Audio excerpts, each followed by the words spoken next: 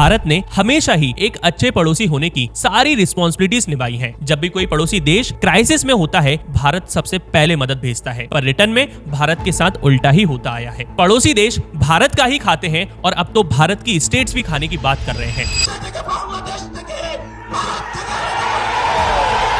इस लिस्ट में पाकिस्तान तो पहले से ही मौजूद था, पर लगता है ईस्ट पाकिस्तान यानी कि बांग्लादेश भी अब यही चाह रहा है। बांग्लादेश अब ग्रेटर बांग्लादेश के सपने देख रहा है। बांग्लादेश यह भी जानता है कि अगर भारत के नॉर्थ ईस्ट स्टेट्स हथियाने हैं तो पूरे बांग्लादेश को ही रेडिकल होना होगा, और इसी के चलते आज बांग्लादेश में एंटी इंडिया और एंटी हिंदू सेंटिमेंट्स पीक पर हैं। बांग्लादेश में पिछले 36 घंटों में multiple anti Indian anti Hindu attacks report किए गए हैं।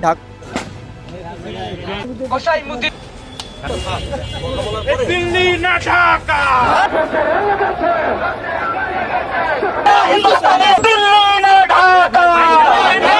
तो आइए जानते हैं इस वीडियो में कि कैसे बांग्लादेश को प्लान्ड तरीके से रेडिकलाइज किया जा रहा है और कैसे बांग्लादेश में एक यूथ लीडर की डेथ को पहले तो भारत से कनेक्ट किया गया और फिर उसी की डेथ को एंटी इंडिया सेंटिमेंट्स की नींव की तरह यूज किया गया।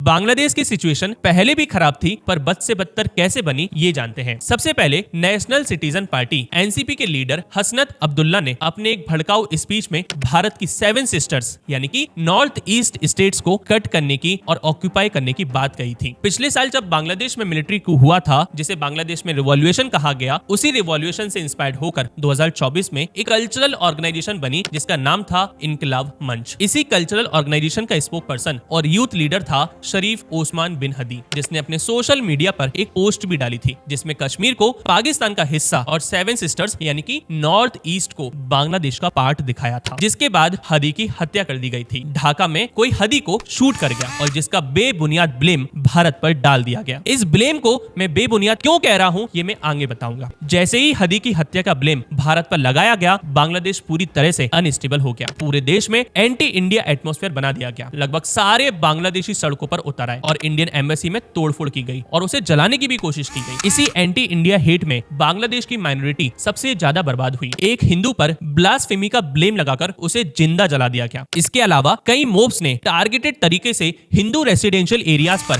अटैक किए, जिसमें इंडियन एम्बेसी के हाई कमिश्नर को भी टारगेट किया गया। न्यूज आउटलेट्स को जला दिया गया, जबकि प्रेस फ्रीडम इंडेक्स में बांग्लादेश भारत से ऊपर आता है। शरीफ ओस्मान बिन हदी, जिसने एंटी इंडिया स्पीच और पोस्टर डाली थी, उसकी photo Bangladesh national cricket board ने शेयर की, जबकि हदी का क्रिकेट से दूर दूर तक कोई लेना देना नहीं था। और बीसीसीआई ने तो पाकिस्तान प्लेयर्स पर बैन लगा रखा है, लेकिन बांग्लादेशी प्लेयर्स अभी भी आईपीएल ऑक्शन में आते हैं और खेलते भी हैं। और अब खबर आ रही है कि हदी के बाद एक और लीडर को गोली मारी गई, जिसका नाम मोहम्मद मोतालिब सिकदर है, जो खुलना का डिविजनल हेड है और बांग्लादेश नेशनल सिटीजन पार्टी से है। और अब मैं बताता हूं कि मैंने क्यों कहा था कि हदी की डेथ भारत पर थोपी गई। हदी को मारने वाला कोई इंडियन अननोन गनमैन नहीं था, बल्कि फैजल कसीम मसूद एक बांग्लादेशी था, जिसे बांग्लादेश ने खुद इन्वेस्टिगेट करके बताया है।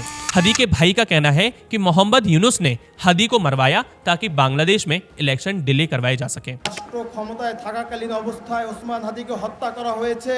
এই হত্যার দায় আপনারা এড়াতে পারবেন না। पर इसके बावजूद हदी की डेथ का ब्लेम इंडिया पर डाला गया, क्योंकि एंटी इंडिया हेट से बांग्लादेशी बहुत आसानी से रेडिकलाइज हो जाते हैं और वैसा ही हुआ। और ऐसा पहली बार तो हुआ नहीं कि बांग्लादेश एंटी हिंदू और एंटी इंडिया एक्टिविटीज में जोर शोर से इन्वॉल्व ना रहा हो। जब लास्ट ईयर 2024 में मिलिट्री कू हुआ, तब आयरनी देखो कि 57 इस्लामिक देश होने के बावजूद भी शेख हसीना ने भारत को चुना अपनी सेफ्टी के लिए। और तख्तापलट के बाद बांग्लादेश में जो पपेट पीएम मोहम्मद यूनुस बने, वो इंतरिम गवर्नमेंट पीएम थे, पर एंजॉय फुल टाइम पीएम जैसे कर रहे हैं। तब से ही बांग्लादेश में एंटी इंडिया और एंटी हिंदू एक्टिविटीज स्टार्ट हुई और अब भी थमने का नाम नहीं ले रही हैं। पिछले साल भी हिंदुओं को रेडिकल इस्लामिक मोब ने ब्रूटली असॉल्ट किया था, जहां पर औरतों और बच्चों को भी नहीं छोड़ा गया था। हिंदुओं के घर तोड़ दिए गए थे और एल्डर सिटीजन्स मौत से भी बुरी हालत से गुजर रहे थे। और इतनी बुरी सिचुएशन में जहां इंसान के लिए बस भगवान ही सारा बच जाते हैं, लेकिन बांग्लादेश में उन्हें भी नहीं छोड़ा गया। मंदिरों को जला दिया गया और हिंदू आइडियल्स को तोड़ दिया गया। बेसिकली उस समय भी बांग्लादेश में माइनॉरिटीज के अगेंस्ट सिस्टमैटिक तरीके से एथनिक क्लेंजिंग की जा रही थी, बट उस समय भी मोहम्मद यूनुस चुप थे। And at the same time ऐसे रेडिकल एलिमेंट्स को मोहम्मद यूनुस की सरकार खुद फैसिलिटेट कर रही थी। जमात इस्लामी जैसी रेडिकल मुस्लिम ऑर्गेनाइजेशन के ऊपर बैन को यूनुस ने पावर में आते ही अपलिफ्ट कर दिया था, जिसके बाद बांग्लादेश से खुले आम जिहाद के नारे लगना शुरू हो गए थे। मुसलमान 28 कुत्री हाथे जुटी गजारी लाठी ने আল্লাহ দিনের কালেমা দিল্লির লাল কেল্লায় উড়িয়ে দেওয়া হবে। और इतना ही नहीं, आज की डेट में जो बांग्लादेश में इंडिया के 7 सिस्टर को अलग करने की बात चल रही है, वो भी मोहम्मद यूनुस ने चाइना जाके शुरू की थी। 7 states of India, eastern part of India, called 7 sisters. They are landlocked country, landlocked region of India. They have no way to reach out to the ocean. We are the only guardian of the ocean for all this region. So this opens up a huge possibility. Basically Bangladesh का state apparatus ही पाकिस्तान की तरह openly India की sovereignty को damage करने की कोशिश कर रहा है। एंड ऐसे में भी अगर हम बांग्लादेश के साथ सेम ही तरह से डील करेंगे, उनको 100 करोड़ की एड भेजेंगे, उनके इंफ्रास्ट्रक्चर डेवलपमेंट को फंड करेंगे और आईपीएल में उनके प्लेयर को पैसे कमाने की अपॉर्चुनिटी देंगे, तो बांग्लादेश का यही रवैया रहेगा। अब सवाल ये आता है कि भारत को ऐसी सिचुएशन में करना क्या चाहिए। देखा जाए तो भारत के दोनों पड़ोसी पाकिस्तान और बांग्लादेश रेडिकल हैं, लेकिन फिर भी दोनों में फर्क है। बांग्लादेश आगे जाकर पाकिस्तान जैसा बन जरूर सकता है, लेकिन अभी बना नहीं है।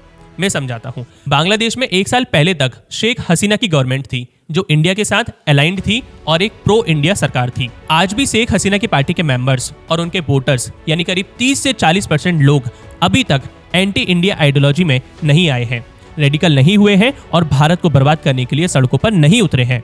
इसलिए बांग्लादेश पाकिस्तान बन सकता है, लेकिन अभी बना नहीं है। इसी वजह से भारत को जियोपॉलिटिकल वे से इस प्रॉब्लम और रेडिकल आइडियोलॉजी को खत्म करने या कम से कम कंट्रोल करने की कोशिश करनी चाहिए। भारत को किसी भी तरह से शेख हसीना की गवर्नमेंट दोबारा लाने या बांग्लादेश में एक नई प्रो इंडिया गवर्नमेंट बनने के लिए स्टेप लेनी चाहिए। और दूसरी बात यह है कि वर्ल्ड की सुप्रीम पावर्स जैसे चाइना और यूएसए पहले से ये चाहते हैं कि भारत पाकिस्तान या बांग्लादेश जैसे किसी बैंकरप्ट नेशन के साथ वॉर में इंगेज हो जाए, जिससे इंडिया की ग्रोथ स्लो हो जाएगी और पीछे से पाकिस्तान हो या बांग्लादेश, चाइना और यूएसए उन्हें फंड करते रहेंगे। इसलिए भारत को ऐसी सिचुएशन में अपना जियोपॉलिटिकल पोटेंशियल यूज करना चाहिए और लगातार कोशिश करते रहना चाहिए कि बांग्लादेश में फिर से एक प्रो इंडिया सरकार बने। और इस विषय पर आपका क्या ओपिनियन है, मुझे कमेंट में जरूर बताइएगा।